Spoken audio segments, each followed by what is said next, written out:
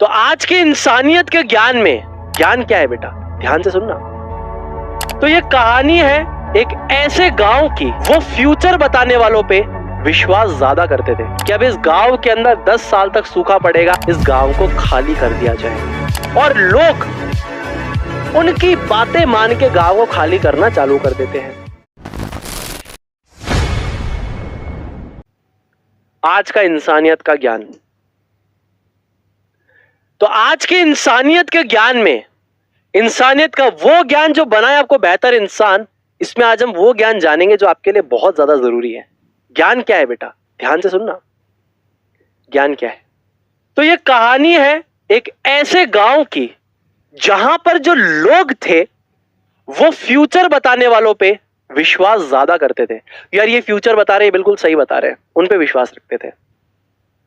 तो in future बताने वालों ने, भविष्य बताने वालों ने एक बार बताया कि अब इस गांव के अंदर 10 साल तक सूखा पड़ेगा, ना कभी बारिश होगी। अब बारिश नहीं होगी तो फसल नहीं होगी, कि फसल नहीं होगी तो आप खाएंगे क्या, हम क्या खाएंगे, जानवर क्या खाएंगे, सब मर जाएंगे। इससे बेटर है इस गांव को खाली कर दिया जाए।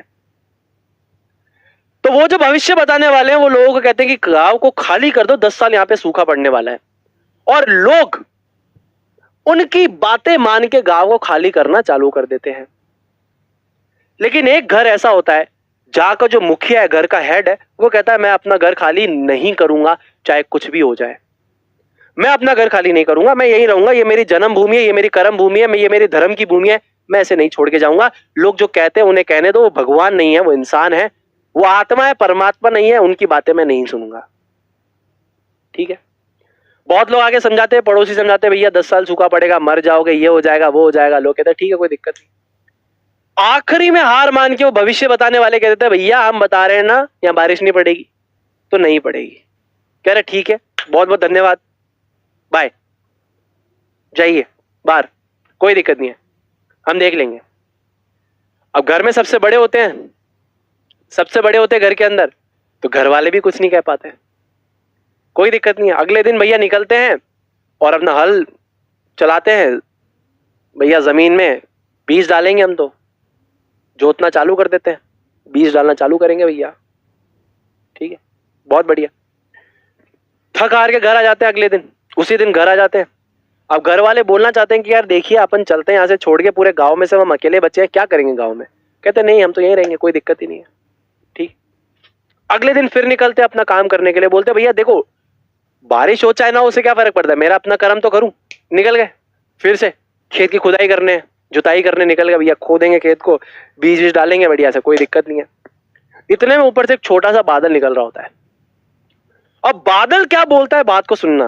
बादल किसान को बोलता है यार भैया यार तुम अलग ही नेता आदमी हो यार, है तुम अलग ही नेता हो। जब तुमको कहा कि नहीं बरसेंगे तो नहीं बरसेंगे, तुम यहीं बैठे हो, तुम फसल उगाने की कोशिश करे हो, नहीं बरसेंगे।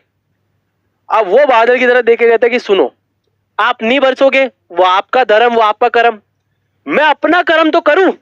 मेरा कर्म है यहां पर किसान हूं मैं, मेरा कर्म है फसल उगाना।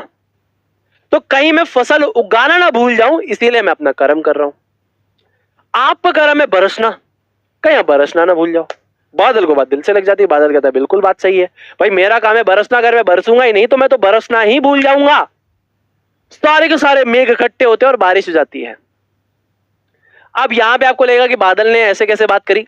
आप मतलब को समझिए, मतलब क्या कह रहा है, मतलब कितना गहरा है। आपको जो चीज पसंद है, जिसमें आपको मजा आता है, उसको मत छोड़िए, अपनी कोर स्किल को पकड़ के रखिए। मेरी कोर स्किल बेटा टीचिंग है, मैं इसे छोड़ना नहीं चाहता, ना मैं छोड़ूंगा। आप अपनी कोर स्किल को ढूंढिए, जो परमात्मा ने आपको बख्शी है, आप उसको ढूंढने की कोशिश करिए और उसे पकड़ के रखिए कि मेरी कोर स्किल ये है। क्योंकि जब आप अपनी कोर स्किल छोड़ दोगे, खत्म। आपको अपनी कोर स्किल को आइडेंटिफाई करना पड़ेगा मेरे प्यारे बच्चों। ठीक है।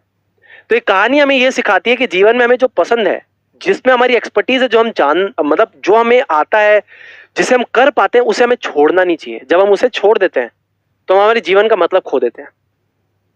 ठीक है।